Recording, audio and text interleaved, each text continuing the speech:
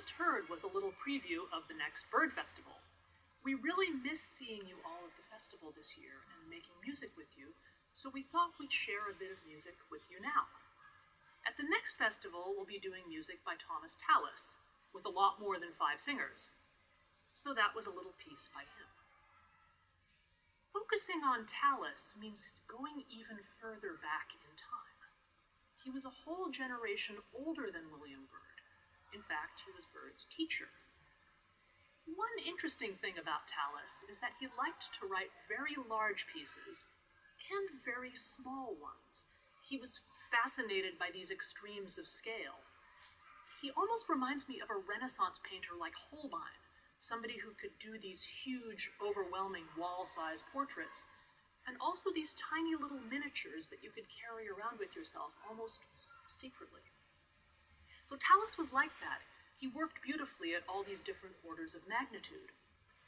At the next festival here in Portland, we're going to sing a very large piece of his, the famous motet for 40 voices, for 40 parts. What we sang for you just now is a very small piece. This one is in Latin.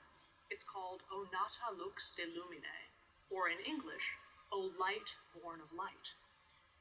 And this is how it was printed in the original notation. What you see here is the melody, the top line, the soprano part, and you can see it's only 2.5 lines of music, so a really tiny piece. This is a hymn, a Latin hymn, which all sounds very serious, but it borrows a lot of its rhythms from Renaissance dance. In some ways, this is really a galliard. Yum-pa-pa-rum, da-da, yum-pum-pa-rum, da-da, yum-pum-pa-rum. It's a heavenly galliard rather than an earthly galliard. You know, this particular dance isn't quite subject to gravity. Your feet never quite hit the ground. This little piece, O Nata Lux, is one of the last things Tallis ever wrote. It shows up right near the end of his life. He had a very long life and a very long career. He spent 55 years as a professional musician, and those are just the bits we know about. And if I had to sum up his whole career in one word, I would probably say resilience. He lived through huge amounts of change and disruption, and you can hear the various styles of his music changing along with it. A lot of the musical institutions in England just fell apart when he was in his 30s and his 40s. Some of them were wiped out pretty violently. Tallis walked his way through all of this, including some stretches of time when he pretty clearly had no idea what was going to happen next. That's something that our usual composer Byrd never really lived through in quite the same way. Byrd had a story. He had his narrative. And he knew where he was in it, even if he didn't always like it. In fact, it seems rather romantic for a musician to be part of the secret Catholic resistance, the way that Byrd was. It's less romantic just living through a lot of chaos, the way Tallis did. For example, Tallis had finally settled into a nice gig as a musician. Good money, lots of perks. This was at Waltham Abbey. Then here comes massive disruption. The whole thing falls apart 2 weeks before Easter. Tallis is sent away.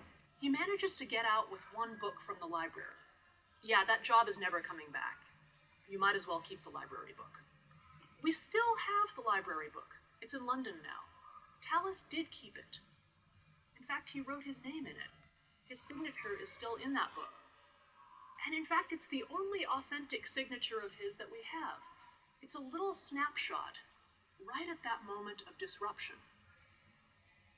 I wrote a book about Tallis, and I put that signature on the cover. What does Tallis's signature say to us now? It says, I'm still here. It says, I'm still creating. It says, remember my name.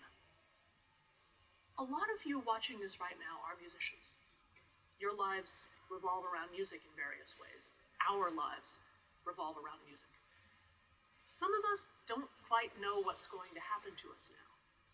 I know some of you have had everything disrupted.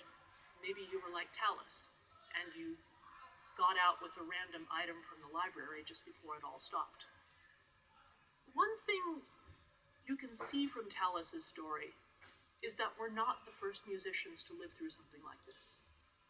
Another thing you can see from Tallis's story is that musicians can be incredibly resilient and creative, even in terrible circumstances. The Byrd Festival is really nothing without you, and we can't wait to see you again and make music together very soon.